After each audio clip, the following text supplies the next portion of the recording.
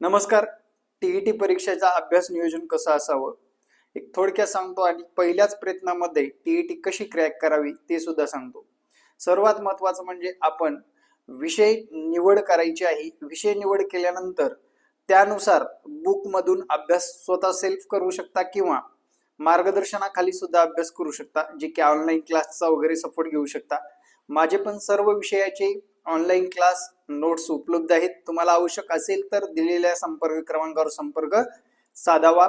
मागचा रिझल्ट बघायचा असेल तर गुगलला सर्च करावे पुंडे सर आणि मागचा रिझल्ट तुम्ही बघू शकता.